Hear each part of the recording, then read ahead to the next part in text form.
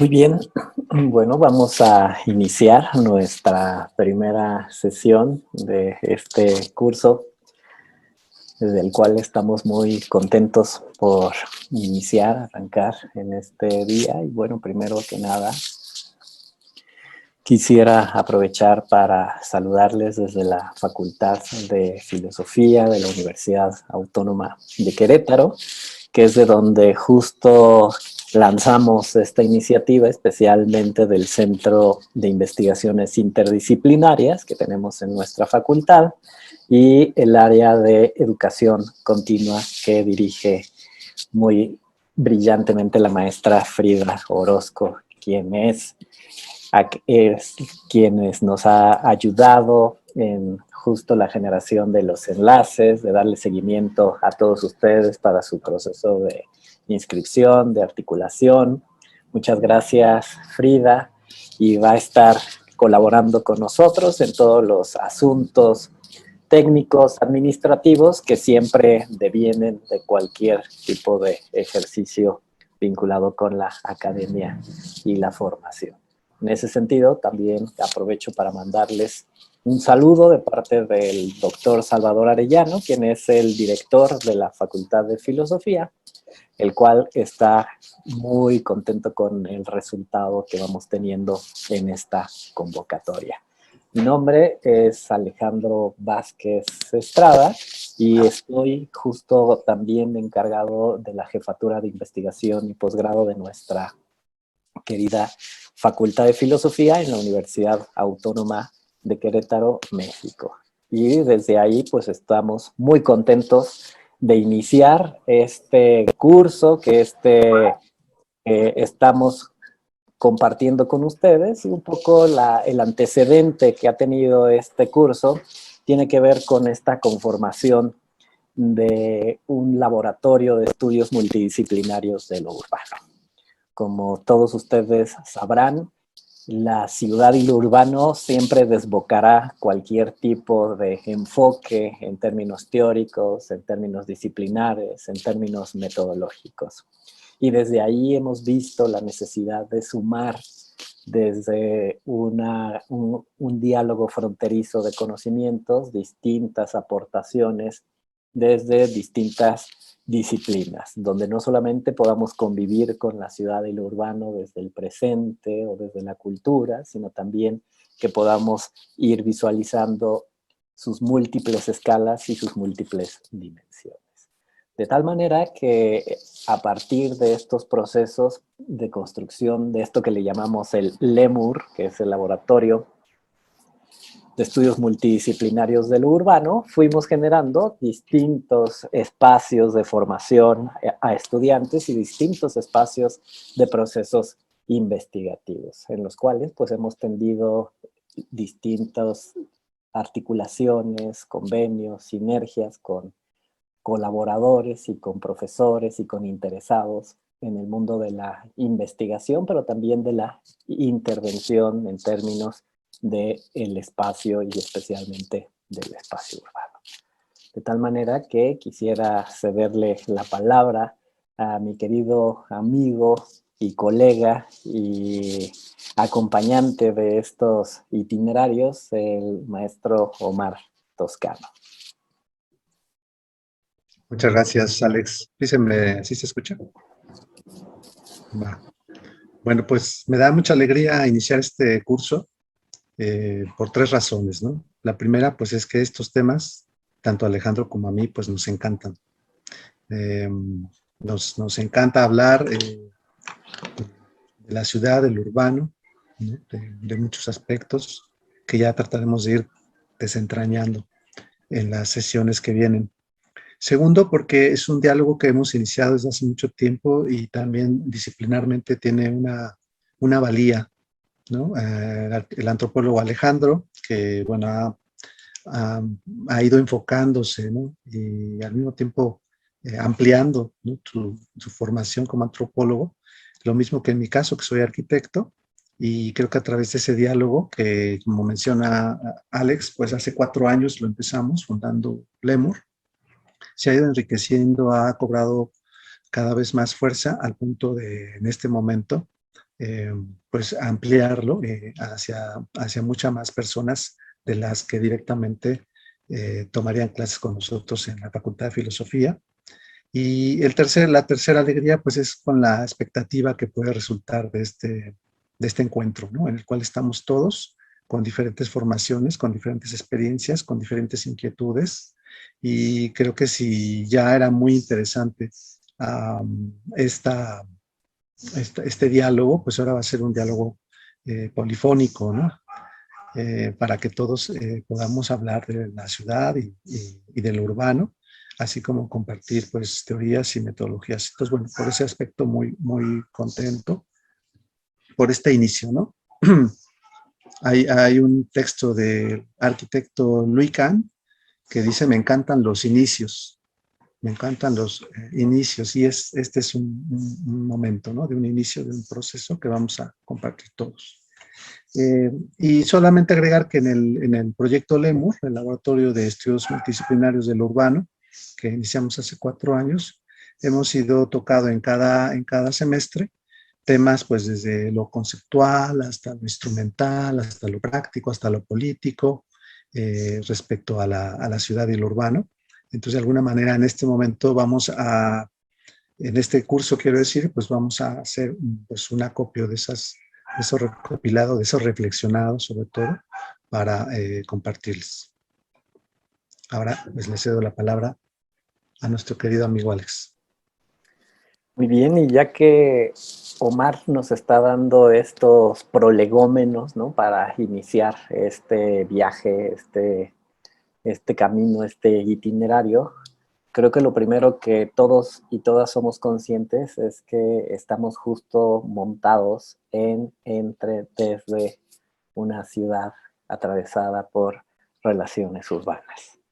De tal manera que ninguno de nosotros somos ajenos a este ejercicio, ya no solamente de comprensión, sino también de esto que se le llama el espacio habitado, ¿no? El espacio sentido, el espacio reflexionado, y el espacio como una unidad mínima para la comprensión de esto que se puede llamar historia, que se puede llamar cultura, que se puede llamar sociedad, que se puede llamar procesos de pensamiento y formas de entendimiento de lo humano, tiene como distintas consecuencias en términos metodológicos y epistemológicos. Si quisiéramos iniciar con la provocación, que bien lo señala Omar, de este inicio de viaje, tendríamos que partir sobre 3 consideraciones indispensables.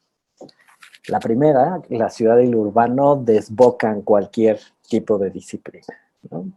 ¿Esto qué quiere decir? Que tendremos que ejercer una mirada que articule a los conocimientos más allá que visualizarlos como zonas fronterizas, sino más bien como horizontes. Esta metáfora nos gusta mucho pensar la frontera como horizonte en términos de conocimiento, nos posibilita el entendimiento de establecer esto que se le denomina la ecología de saberes, ¿no? La posibilidad de completarnos entre nuestras ausencias y sobre todo de poder contrastar experiencias y vivencias de manera diferente. La segunda consideración indispensable que tenemos que tomar en cuenta es que la ciudad y lo urbano no puede tener un solo, único método para su análisis. Como ustedes lo sabrán desde sus distintas formaciones, y que en un momentito más abriremos el micrófono para que nos platiquen acerca de sus formaciones, sus trayectorias, sus experiencias, se habrán dado cuenta que cuando emprendemos un viaje hacia el conocimiento de la ciudad, siempre tendremos que establecer acotaciones, unidades mínimas, unidades asequibles. Encontrarle asideros a la ciudad, créanme que no es nada fácil desde una sola disciplina y tampoco desde un solo método. Lo que nos vamos a dar cuenta es que emprenderemos ese viaje hacia las tácticas y estrategias de metodologías diferenciadas, sobre todo en la posibilidad de lograr profundidad y extensión. Si se fijan, esto que les estoy proponiendo no solamente es una utopía de lo alcanzable, sino también es un aliento para nuestras posibles encomiendas en relación con el espacio al interior de las ciudades y lo urbano. Y la tercera condición que les decía es que siempre estaremos nosotros bienvenidos, bienvenidas, hacia la reflexión colectiva, hacia que todo conocimiento es necesario, es indispensable y sobre todo que construyamos esta posibilidad de encuentro desde un punto de vista de la interpelación, o sea, no asumir verdades edificadas sólidas, porque justo también todo lo sólido sabemos que se mueve. Entonces, desde ahí son tres primeras condiciones a las cuales quisiéramos nosotros dejar en la mesa para ir iniciando este itinerario y de tal manera que como primer punto de arranque, pues tengo el gusto también de presentar y de leer un poquito la reseña curricular del maestro Omar Toscano, el cual es un arquitecto de formación, maestro en arquitectura por la Universidad Autónoma de Yucatán, con estudios de doctorado sobre teoría e historia de la arquitectura por la Universidad Politécnica de Cataluña y sobre planificación territorial y desarrollo regional por la Universidad de Barcelona. Tercer lugar en el Premio Alejandrina 2010, ponente en eventos académicos en Querétaro, Mérida, Monterrey, Barcelona, colaborador en proyectos de investigación sobre sustentabilidad, vivienda y patrimonio, y forma parte del cuadro docente de esta Facultad de Filosofía. Sus áreas de interés son las ciudades, la historia urbana, la teoría de la historia de la arquitectura, la historia del arte, la relación entre pensamiento y vida urbana, sustentabilidad y procesos de repliegue. Entonces, este es un poco el perfil de nuestro querido Omar Toscano, quien junto conmigo estaremos muy contentos de ir acompañando este proceso y progresivamente en el avance de nuestro seminario se van a dar cuenta que tendremos grandes y gustosos invitados que van a estar colaborando en este jamming, lo llamamos topada, yaceo en términos temáticos, y que progresivamente lo que intentaremos hacer es ir sumando distintos colegas, colaboradores con los cuales tenemos el gusto también de estar compartiendo desde proyectos de investigación hasta formas de articulación e intereses académicos. Adelante, Omar. Gracias, Alex. Bueno, ahora yo voy a permitirme hacer una semblanza abreviada de toda la trayectoria de Alejandro, del doctor Alejandro. Bueno, el doctor Alejandro Vázquez Estrada es miembro del Sistema Nacional de Investigadores, nivel 1, ganador del primer lugar del Premio Alejandrina en el rubro de joven investigador en 2017. Es profesor investigador de tiempo completo en el área de antropología de la Universidad Autónoma de Querétaro.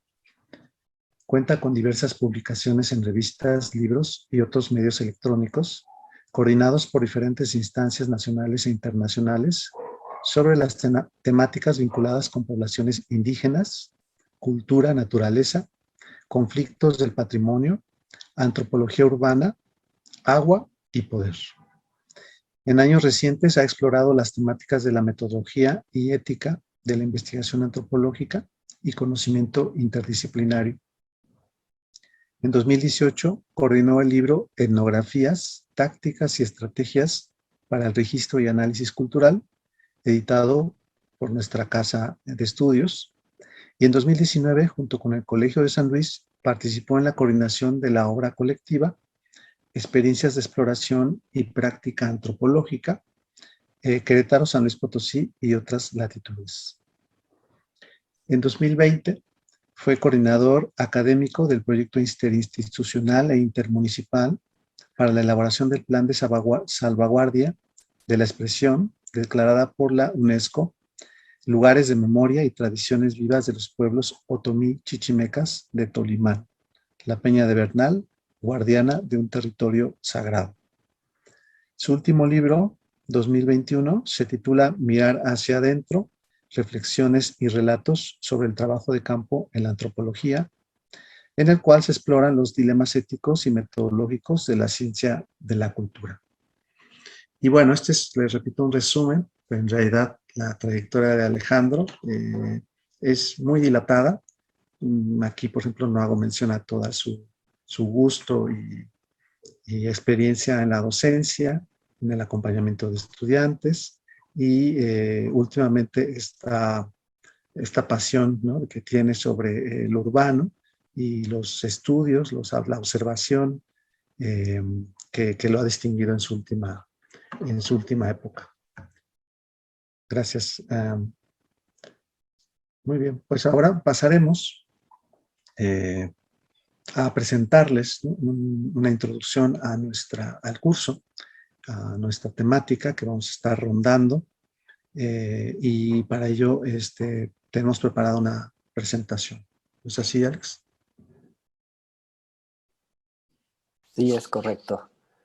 Una de las cosas que apuntalamos en este inicio como objetivo de esta sesión es irles dando a conocer lo que va a ser el programa. Ustedes ya lo conocen, ustedes les han dado esta información, sin embargo lo queremos ir comentando en el sentido de que hay algunos temas donde bien vale la pena asomarse para hablar de estas exploraciones y sobre todo que podamos tener como en cada una de ellas algunos puntos para hacer algunas pausas y sobre todo ir compartiendo con ustedes algunos puntos. Entonces me voy a permitir compartir la pantalla y vamos viendo presentación.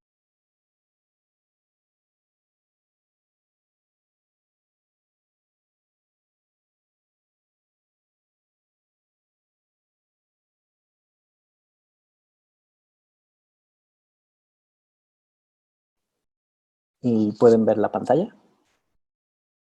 Muy bien. Bueno, pues justo un poco la orientación con la cual vamos a partir es estos conceptos que para todos y cada uno de nosotros van quedando cada vez más claros en el entendido de que la ciudad y lo urbano no son lo mismo, ¿no? Justo cuando pensamos en esta distinción, podríamos hablar desde las múltiples escuelas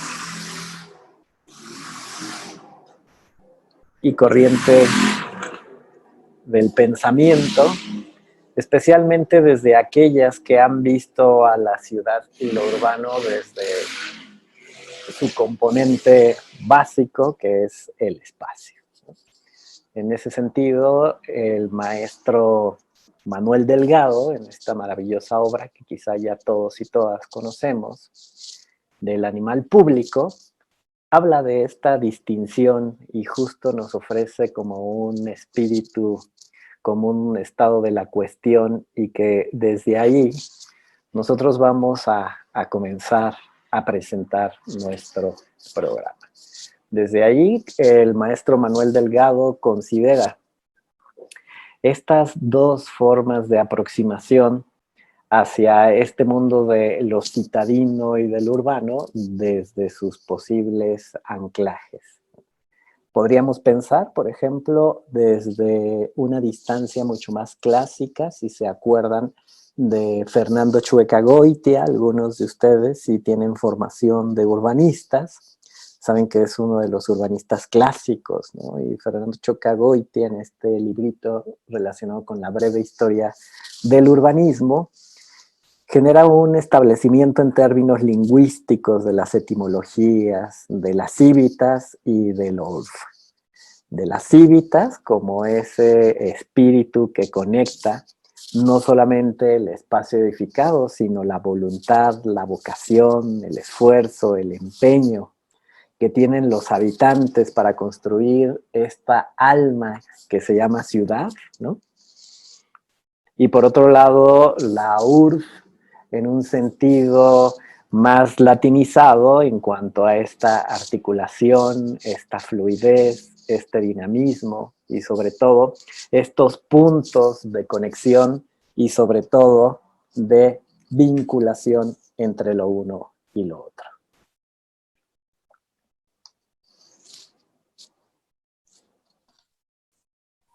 También podemos recordar la afirmación de Massimo Cacciari, un filósofo italiano, que bueno, a mí me resulta muy esclarecedora respecto a esta distinción que hace Alejandro respecto a que la ciudad no es lo urbano.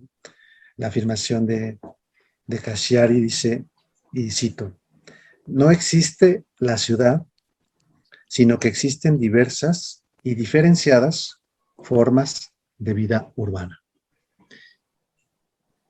Obviamente se trata de una aclaración pertinente, ¿no? En nuestros tiempos, no agrupar, no pensar que es lo mismo, ¿no? La ciudad como esa entidad física, con estas aglomeraciones, estas densidades, estos flujos, esta presencia edificada, innegable, ¿sí? E innegablemente también cuna de procesos sociales, pero esos procesos sociales, ese sello, esta forma de vida en las ciudades se ha extendido, se ha disuelto, ¿sí? Se ha separado de lo propiamente tangible de la ciudad, para constituirse en lo urbano, ¿sí? Y lo urbano, como pues veremos aquí y a lo largo de de todo el curso, pues es un material intangible, ¿no? Es algo que podemos ver incluso en áreas rurales, ¿no? Es algo que podemos también ahora ver representando en los medios virtuales, ¿no? Donde aparentemente no hay fisicalidad, pero el urbano permanece, ¿no? Y ha explotado en nuestros tiempos, despegándose de esa entidad física que originalmente le dio origen. Sí, adelante.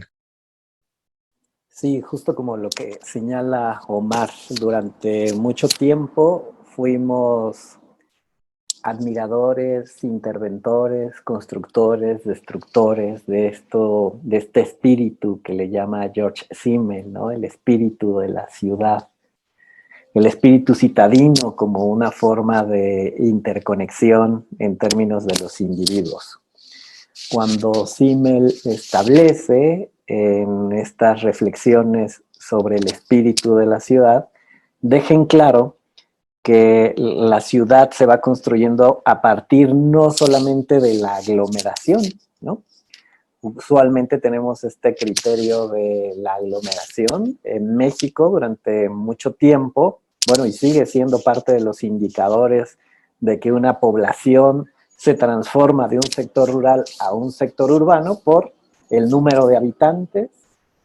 Pero sin embargo, como lo señalaba Omar, los números no nos dan una visión o una característica universalizante, porque podemos tener distintos tipos de paisajes donde la aglomeración puede ser parte de sus procesos intrínsecos, así como de la hiperconexión, y que además hoy en día se encuentra relacionado con su articulación del mundo de lo global. De tal manera que vamos partiendo del hecho de que cuando hablamos de esta distinción, vamos a entenderlo como lo hace Ernest Egli, otro interesante pensador del urbanismo, cuando nos habla que la ciudad tiene entre sus características la estabilidad, la memoria y la identidad. Nos habla de las arrugas de la ciudad como formas de construir piezas clave en la nostalgia del día a día. Nos habla también de construir al interior de la ciudad modos de relación donde subsiste el tiempo y donde el espacio manifiesta distintas formas de articulación identitaria. Desde ahí hace una contraposición muy interesante al mundo de lo casual, al mundo de lo urbano, a esta arena movediza, a este pasillo resbaladizo, como lo llama Manuel Delgado, o este modo de articulación de lo distinto, como lo llama Irving Goffman, en términos de que su principio básico está justo articulado con la incertidumbre. ¿Cuántas veces nosotros no hemos probado esa incertidumbre del mundo del urbano?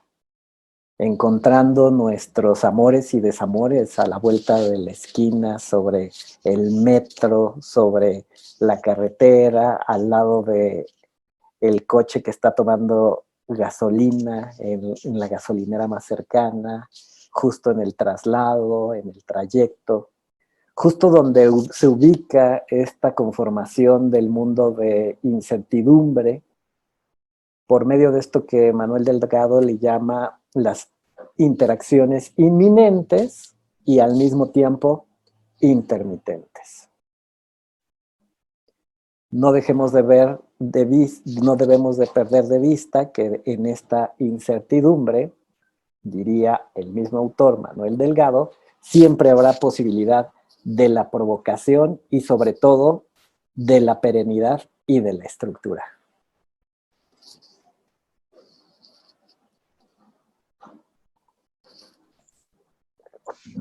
Sí. Normalmente sobre esas bases de certidumbre es en las que queremos ver la ciudad, ¿no? Esta necesidad de establecer, por ejemplo, métricas, ¿no? Para posibles comparativas, pues deja de lado esta parte tal vez que es la más rica, ¿no? En la que más está cambiando las ciudades ante eventos inciertos. Por ejemplo, yo creo que tardará mucho tiempo en hacerse una métrica de las ciudades después del COVID. Aún ahora lo que tenemos son muchos testimonios del cambio de nuestra vida social en las ciudades, y lo tenemos de otras fuentes, ¿no? Justamente de aquellas fuentes a las que podemos acceder si no esperamos ese grado de certidumbre, ¿no?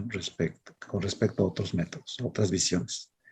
Entonces, de alguna manera se complementa la información que podemos tener de las ciudades con los testimonios, ¿no? Las vivencias que decía Alejandro, de nosotros mismos, de nuestra vida en las ciudades y en los cambios sustanciales que están ocurriendo en nuestros tiempos. Tradicionalmente, la ciudad se ha visto desde, digamos, tópicos clásicos, ¿no? Por ejemplo, entre los elementos constitutivos, ¿no? El de los tópicos, por ejemplo, son las infraestructuras, los equipamientos, los servicios municipales, los espacios públicos, ¿sí? Y estos datos estadísticos macro que también se manejan, son muy usados, ¿no? En las disciplinas que estudian la ciudad, y sin embargo muchos de estos se complementan con esta otra mirada que vamos a tratar de desarrollar, de extender, de justificar y de dialogar sobre ella, que nos muestra a través de lo urbano. Sí, adelante. Sí, desde ahí hemos tenido distintos tipos de aproximaciones y llamaremos aproximaciones clásicas de la ciudad a aquellos pensadores que forman parte de las reflexiones de la sociedad antes del siglo XX.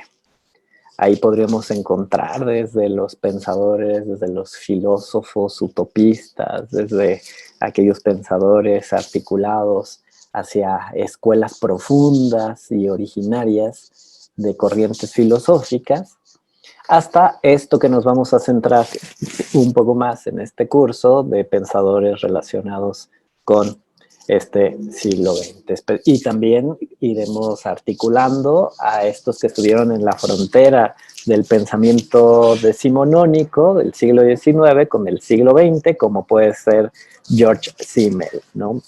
Justo uno de los pensadores que además va generando un eco impresionante en términos de su confrontación de ideas relacionadas, no solamente con el pensamiento citadino, sino también con esta reflexión interesante vinculada hacia la tradición y la modernidad.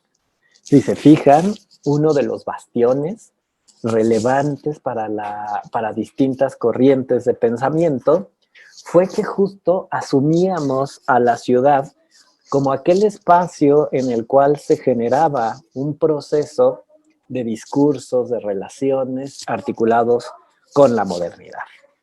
La ciudad como el combate hacia la naturaleza, la ciudad como el combate hacia el caos, la ciudad como el combate hacia aquello de lo incierto, aparecía también como la fuente egregia del desarrollo de la tecnología, de la planeación y sobre todo de la comprensión racional de lo humano para la transformación de esta realidad. En ese sentido vamos viendo cómo justo esta dicotomía entre tradición y modernidad va ubicando a distintos pensadores importantes como George Simmel, que posteriormente veremos que tiene un eco fundamental en la primera generación de la Escuela de Chicago.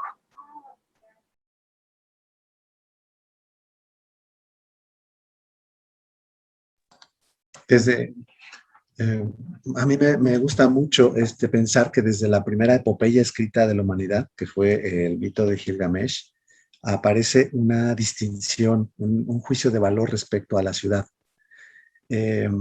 En el cual, bueno, en la epopeya se narra que Gilgamesh está dentro de la ciudad, una ciudad en la que se enorgullece mucho el texto, con mercados, con plazas, con calles y sobre todo con una barda.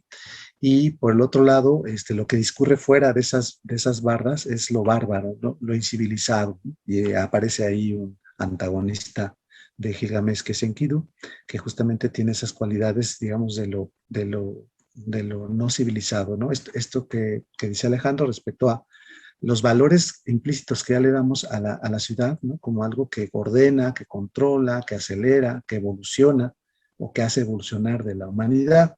Y por el otro lado, esta distinción negativa respecto a lo que es caótico, lo que es la naturaleza, lo que no ha sido civilizado, lo que no tiene lenguaje, lo que no sabe comportarse, ¿no? Entonces, esas distinciones están latentes desde las primeras definiciones de la humanidad a través de sus propias narraciones, ¿no? Entonces, cómo cambió, y vamos a ver cómo algunos de estas concepciones todavía son vigentes en la actualidad.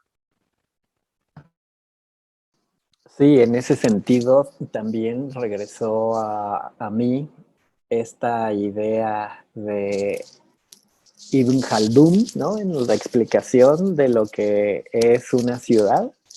Señalaba Ibn Khaldun que la ciudad es el triunfo de la razón, de lo humano, sobre el deseo de la naturaleza y sus instintos. Si se van fijando justo en esta dicotomía que nosotros la consideramos y está establecida en términos teóricos como la tensión entre tradición y modernidad, en otros momentos era la tensión entre el mundo de la naturaleza y el mundo visto desde los ojos de los humanos, ¿no? El mundo de la naturaleza como esta posibilidad de control, el mundo de la naturaleza como esta posibilidad de planeación y el mundo de la naturaleza como esta concesión de transformación. Es interesante cuando vamos ubicándonos en estas visiones que además forman parte como de un espíritu del tiempo en el sentido reflexivo de hacia dónde se quiere considerar a la ciudad. Desde ahí ubicábamos perfectamente ya íbamos a estar haciendo esta narrativa. Les pedimos que que aflojen sus cinturones de seguridad. Vamos a hacer esta narrativa en términos transhistóricos. En esta primera sesión vamos a intentar articularnos en distintos tiempos, no de una manera lineal, sino de una manera mucho más vinculada hacia una lógica de pluriverso, donde, por ejemplo, hacia 1927, Robert Ezra Park, como ustedes saben, fundador de la Escuela de Chicago, nos hablaba esto que señalaba Omar, de esta posibilidad de controlar el espacio de manera lineal, de manera racional, intentando sacar el máximo provecho, el máximo rendimiento al espacio edificado a partir de las nociones de orden y de control.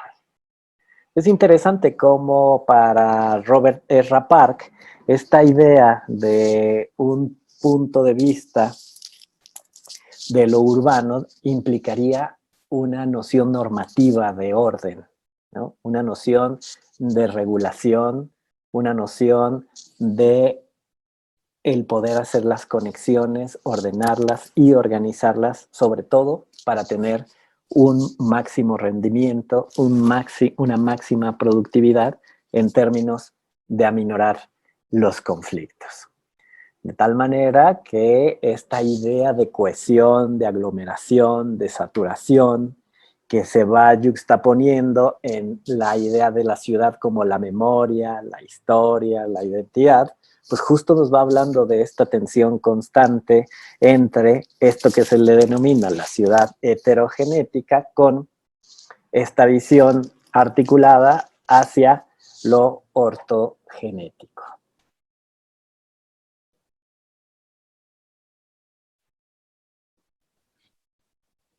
Sí, en ambos casos, estos no son oposiciones, ¿no? Son equilibrios, ¿no? Eh, no estamos hablando aquí de cualidades puras y separadas, ¿no? Lo heterogenético y lo ortogenético, sino son procesos, ¿no? Son procesos fluidos prácticamente, a veces están solapados, no hay partes de los procesos de una ciudad que se mantienen en la ortogenia y otros en la heterogénea, ¿no? Pero lo que es cierto es que esta noción de la ciudad, ¿no? Y por eso es muy importante en el título de nuestro curso tenerlo separado, ¿sí? Esta noción de la ciudad es una noción clásica de ciudad, eh, tenía una voluntad detrás de ella, ¿no? Había una intención, ¿no? de mantener a raya, digamos, aquellos instintos, ¿no? Que eran propios de lo no controlado, ¿no? De lo natural.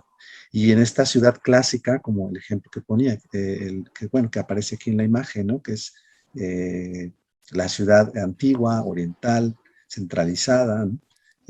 Una burocratizada, ¿no? Y que no cambia mucho ese concepto de ciudad hasta prácticamente los siglos más recientes, pero simultáneamente podemos registrar esta transición, esta aparición, ¿no? De rasgos de la ciudad heterogenética, también desde esa antigüedad, ¿no? Que ahora podemos ver claramente visibles en la ciudad contemporánea, ¿no?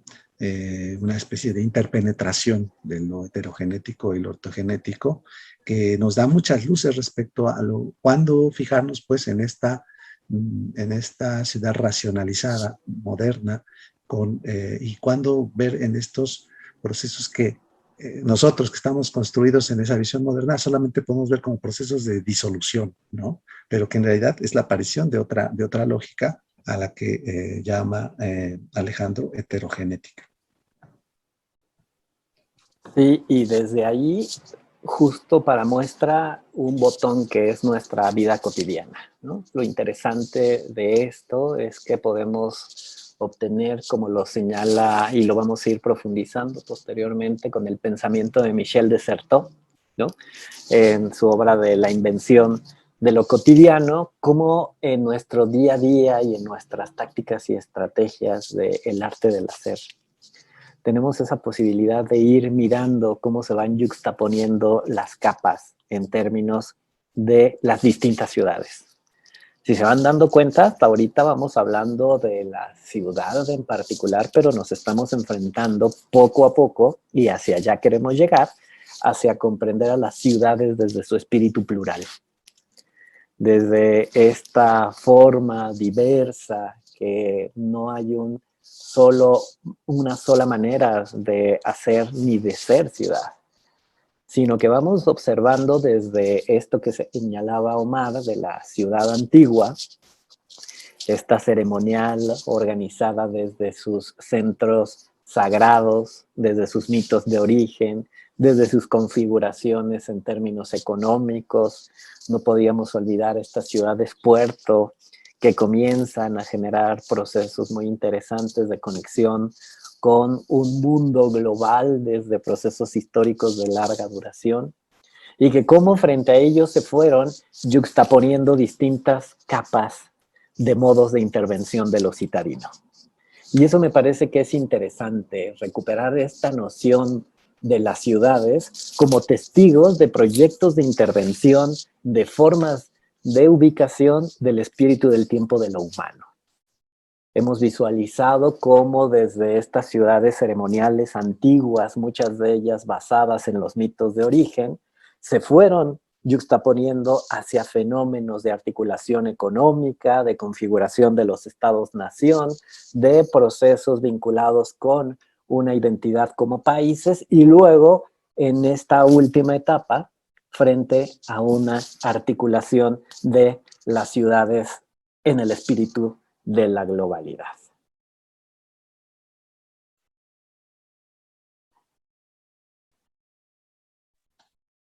Ya pasamos a la que sigue, Alex. Sí.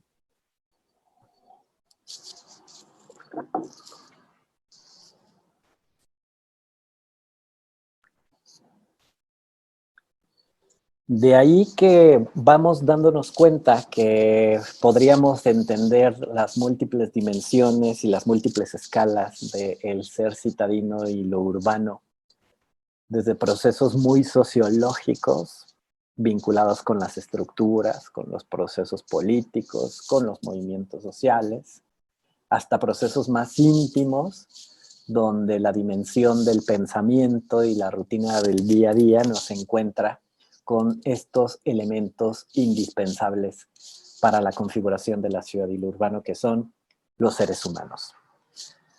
Vaya materia prima compleja que tenemos los que estudiamos estos confines de la ciudad y lo urbano. Como ustedes saben, los seres humanos es la materia más inestable que existe en este planeta. Y para muestra, solo falta un botón en el cual está nuestro pensamiento, nuestro actuar y nuestros modos de relación.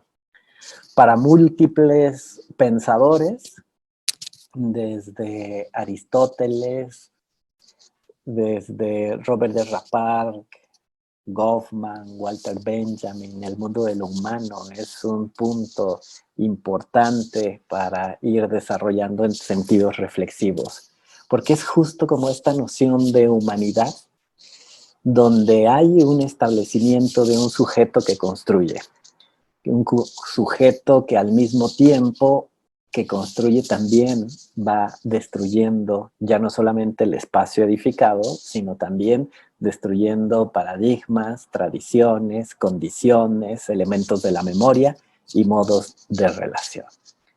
Es hasta ahí que, por ejemplo, en esta segunda, tercera generación de la Escuela de Chicago, Irving Goffman, que posteriormente lo desarrollaremos en esta maravillosa obra sobre el concepto de persona en la vida cotidiana, así como sus distintos estudios relacionados con la proxemia y la utilización del espacio público, se da cuenta que los seres humanos no solamente actúan de manera funcional frente al espacio, sino también funcionan de manera simbólica y se van articulando o distanciando a partir de un conjunto de situaciones que le van orientando su día a día.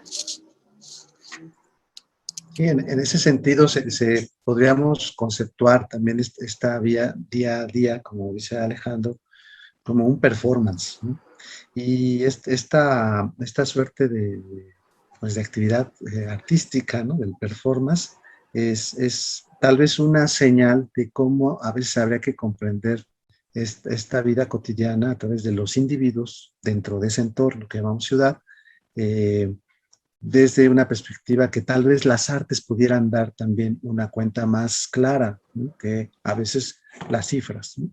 Por eso también en el curso eh, nos haremos eco, digamos, de las observaciones y de las interpretaciones desde el arte, eh, de las narrativas que se han elaborado en las artes para captar a detalle, ¿no? Ese grano fino del comportamiento de estos sujetos, de estos actores, de estas personas que están viviendo en las calles, ¿no? En las ciudades, ¿no? Que están disfrutándolas, que a veces están temiéndolas, que a veces están en pugna dentro de la ciudad, ¿no? Y por eso hablamos también aquí de esta heterogeneidad de las fuentes, ¿no? Y de los métodos para la observación de lo urbano, siempre haciendo este movimiento pendular, ¿no? Entre lo edificado, lo construido con una noción de orden, de control, eh,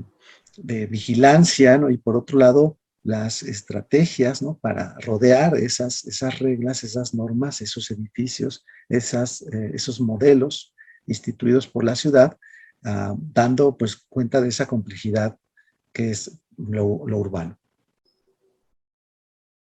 Sí, y siguiendo esto que señala Omar, me gusta mucho esa metáfora del péndulo, ¿no? Que es un poco la idea de nuestro curso, siempre hacer eco hacia la estructura o hacia la antiestructura, hacia este proceso de fragilidad y al mismo tiempo de persistencia, ¿no? Y vamos ubicándonos y nuevamente les recuerdo esto que señalábamos al principio, más que ubicar dicotomías, estamos hablando de procesos intrínsecos, ¿no? De cómo hacemos de las fronteras horizontes que se conectan, y creo que la ciudad y lo urbano son dignos ejercicios y ejemplos donde por un lado vamos viendo la estructura, la permanencia de estos grandes edificios como lo tenemos en la ciudad, en la gran mayoría de ciudades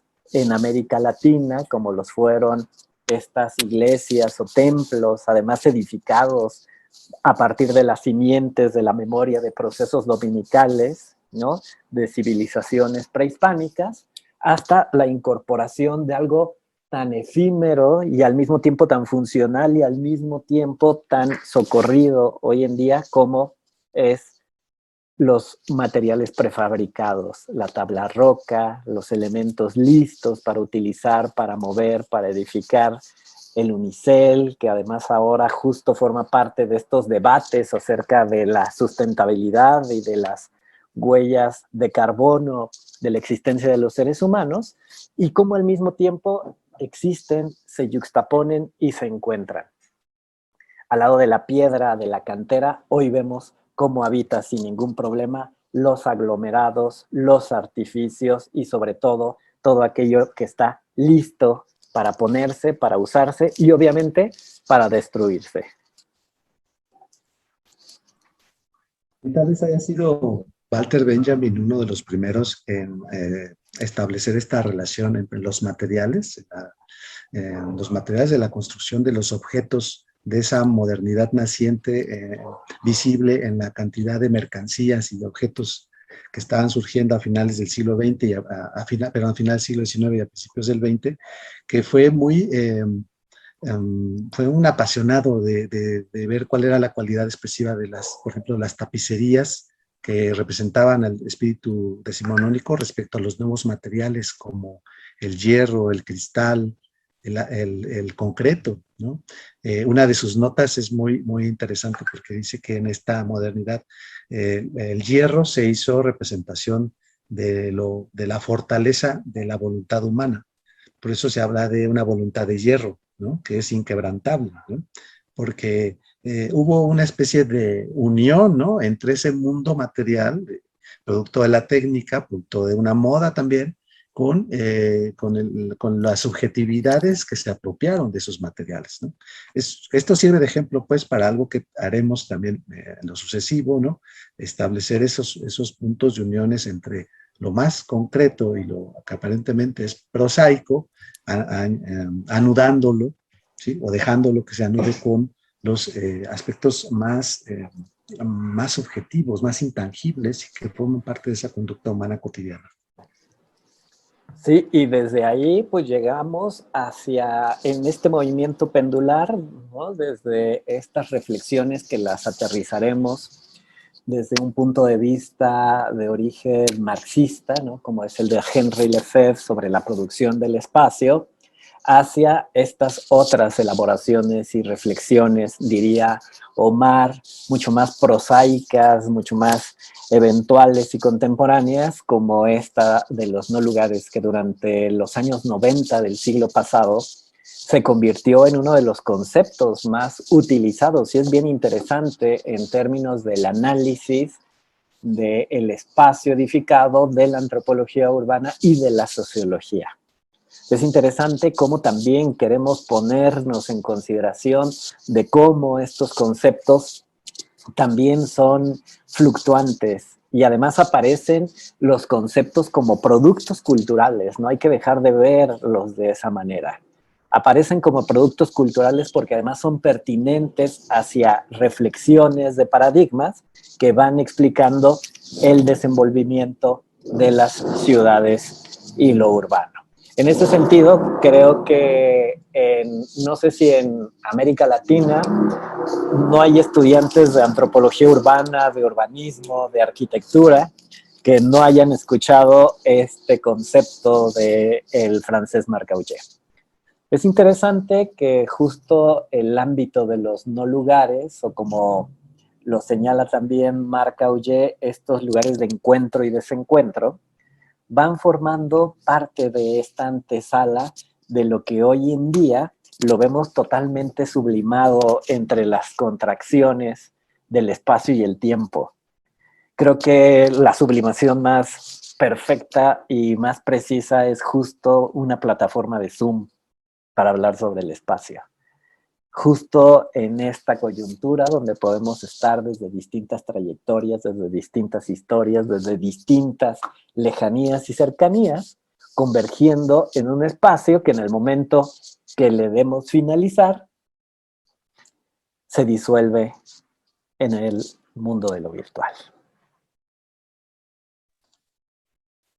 Claro, claro. Esa es como la muestra, ¿no? De cómo ha cambiado este concepto del espacio y del punto de encuentro, ¿no? Que antes era el Ágora, ¿no? Y ahora es el Zoom, ¿no? Nuestra conferencia Zoom, por poner un ejemplo. Pero el concepto de no lugar ha sido uno, yo creo, de los más importantes, ¿no? Desde los 70s o 80s, me parece que fue cuando fue acuñado por Maraudy, por muchos planificadores, muchos urbanistas, ¿no? Que hicimos, que identificamos inmediatamente este concepto de no lugar, el lugar de paso, el lugar en que no está hecho para vivirse, para habitarse, el lugar del flujo, digamos, los espacios del flujo, y que inmediatamente se convirtieron en la antítesis de lo que pretendía construir el urbanismo y la arquitectura. ¿Sí? Se volvió un elemento que descalificaba y volvía a hostil cualquier lugar, ¿no? Que fuese solamente un no lugar, ¿no? Y sin embargo, esa existencia de los no lugares también tienen un sentido, ¿no? Dentro de ese sistema de piezas espaciales que conforman la ciudad, ¿no? Y su análisis y su repercusión para nuestro curso, pues también va a ser abordado, ¿no? Sí, y ya justo para ir terminando este primer bloque expositivo, aquí retomamos dos ideas que me parecen importantes, siguiendo con Manuel Delgado. El pensar a lo urbano en ese sentido, ¿no? En un sentido más de inestabilidad, en un sentido conectivo, en un sentido de movimiento, en un sentido dice él mismo, resbaladizo, sobre todo orientado por su capacidad de conexión y al mismo tiempo de desconexión. Pensemos, por ejemplo, en nuestra vida cotidiana, como cuando vamos en un autobús o en un vehículo, cómo observamos de manera autopoyética el tránsito, que si bien está normado por reglas, por semáforos, por señales, por símbolos, por autoridad, tiene su propio curso y su propio mecanismo en cuanto sucede un accidente. Cuando sucede un accidente es muy interesante porque justo emerge un proceso en el cual usualmente nadie está educado para saber cómo manejar y cómo organizarnos después de un accidente. Y sin embargo, siempre sucede una respuesta. Siempre existe un proceso autopoyético de una articulación emergente que va haciendo que esto no pierda su movimiento. Es entonces cuando desde ahí la capacidad de este movimiento, de esta conexión, de esta posibilidad resbaladiza que señala Manuel Delgado, es una de estas características de esto que se denomina lo urbano.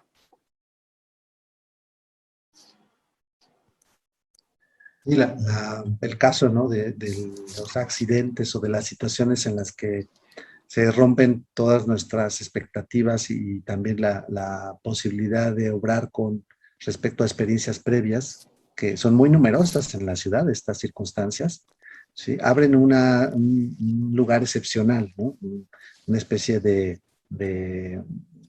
anomalía en nuestra conducta, que no pueden ser explicado justamente por las visiones tradicionales de las conductas normadas, ¿no?, de las conductas lineales.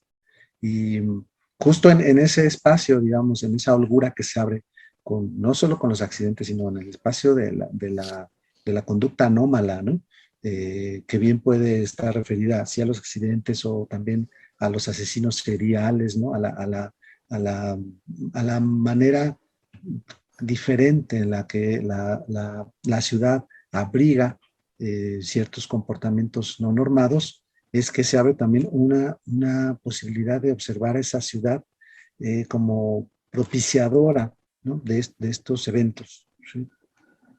A menudo solemos descalificar esos estados de excepción, ¿no?, en la ciudad.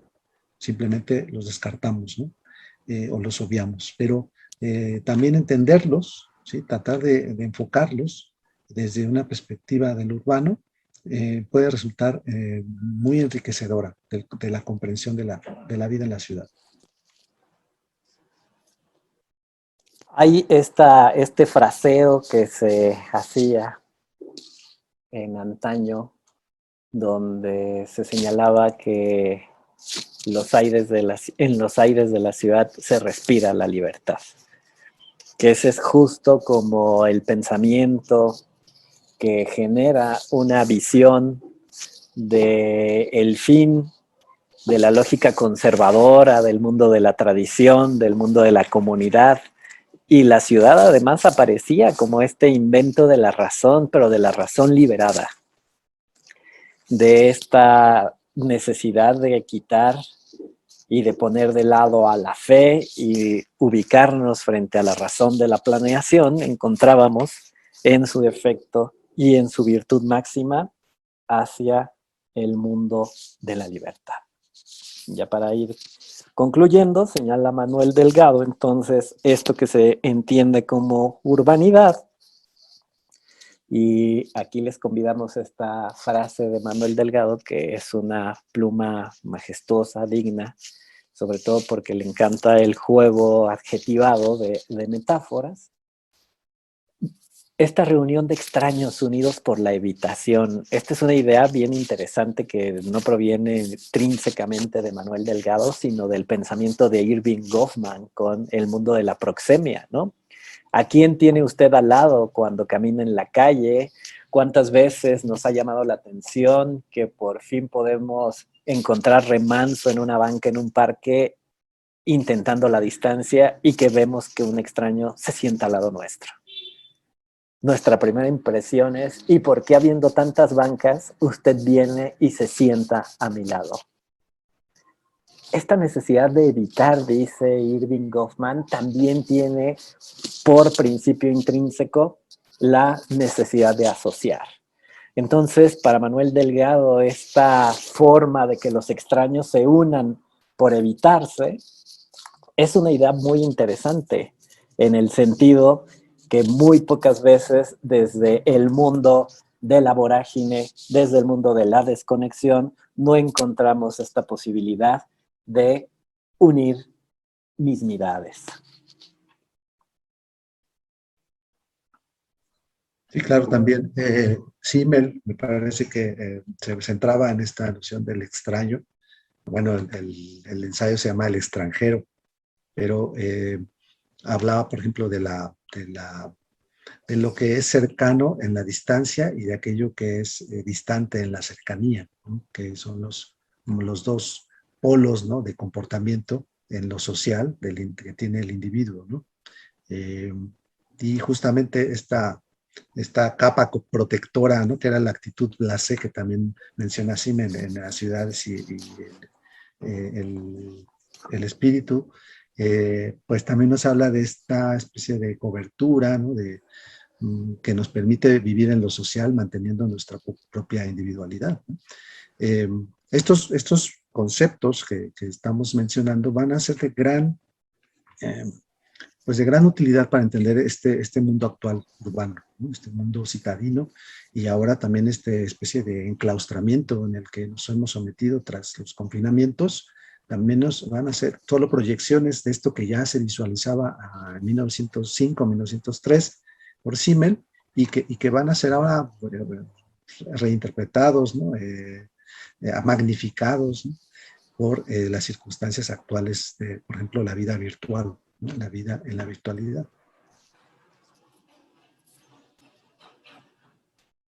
Sí, y simple y sencillamente, a modo de síntesis, a modo de cierre, esta pequeña tabla, que si pueden echarle ahí una captura de pantalla, es buena, es un post-it interesante en términos de los conceptos a los cuales hemos hecho mención y sobre todo retomando esta obra que les señalábamos en un inicio, El animal público de Manuel Delgado, ¿no?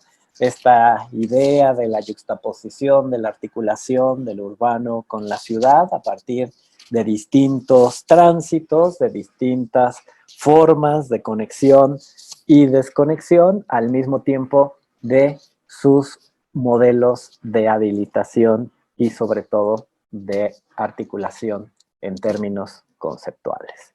En síntesis un poco, esta idea introductoria que quisimos plasmarles es un poco este viaje o este itinerario, la manera en la cual la vamos a ir construyendo. Idas y vueltas, movimientos pendulares, tensiones entre cuestiones teóricas, entre cuestiones metodológicas, entre estas dos articulaciones que más que ubicarlas como polos de opuestos, las consideramos de manera intrínseca.